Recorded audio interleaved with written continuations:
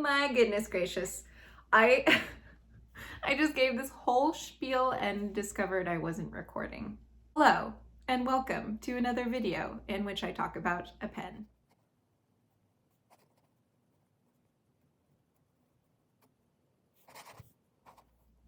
Today I want to share with you a pen that I don't think I've actually ever shared on my YouTube channel, although it's been in my collection for quite some time now.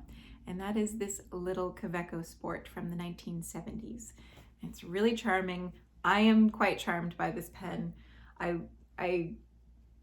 Yeah, I don't have a whole lot to say about it other than it is just simply a charming little pen. It's very pragmatic.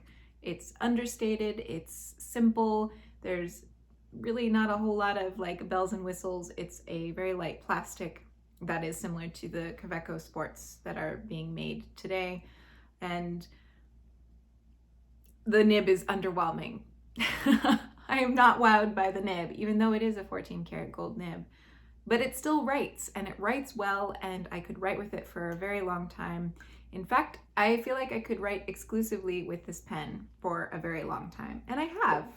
So it's very comfortable. It posts really nice. I like the silhouette that it becomes. It's just very streamlined and simple, which is different from its modern counterpart, which does have a bit fatter of a cap, although the styles have not changed a whole lot over the years. The modern pen has 8 sides, octagon. The vintage pen has 12 sides, dodecagon.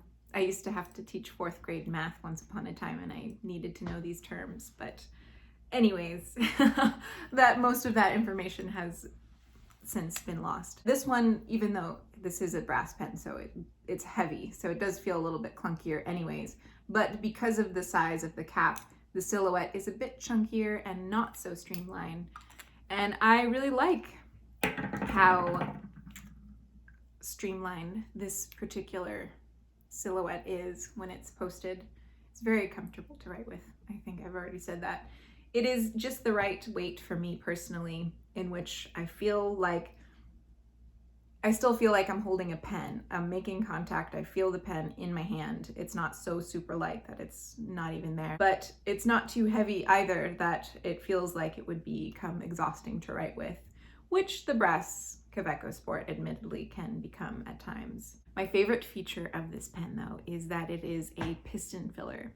And not only is it a piston filler, but it has a massive ink window, which I really appreciate.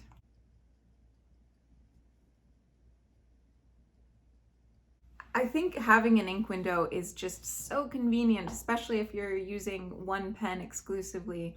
That way you always know where your ink levels are before you leave the house, and you'll always be able to write wherever you need to write. There is nothing worse, or at least, I don't know because I've not experienced this, but I think it's like one of my fountain pen fears is to be out somewhere in the world and writing and run out of ink and not have any ink to refill my pen. And then I'm screwed because I don't carry any other pens.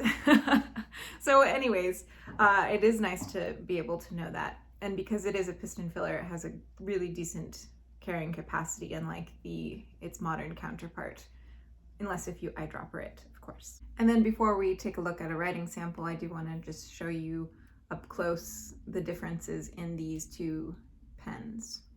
You can see they both have Kaweco Sport written on the sides of the caps. They share the same logo on the finial. I would say the biggest stylistic difference is the nib itself. The vintage one has a hooded nib of sorts. I think this would constitute as a hooded nib. A nib that is mostly covered by the grip section. And again, the vintage one has a 14 karat gold nib, which, as I have already said, is a little bit underwhelming, but still writes very well. So I don't have a whole lot to say about this pen, other than I am charmed by it. I really like it. They were released also in a red and brown, and maybe other colors that I have not seen yet. And I would like to have those one day, so maybe 2021 will be the years that I acquire those particular colors as well. They came in a little leather pouch with a lovely little keychain that has the same logo as the finial, and some of them came as a set with a matching ballpoint pen. Before I depart, I would like to give you a little writing sample.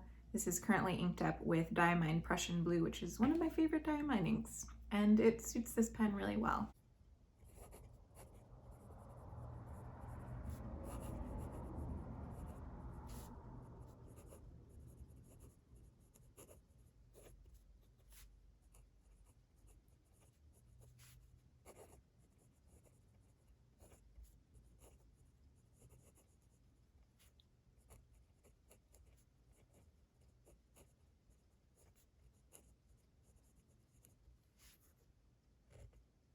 It does have some flex to the nib, although it's certainly not intended to be a flex nib, and I wouldn't push it. It's not the wettest, but actually for an extra fine, it's really not that terrible.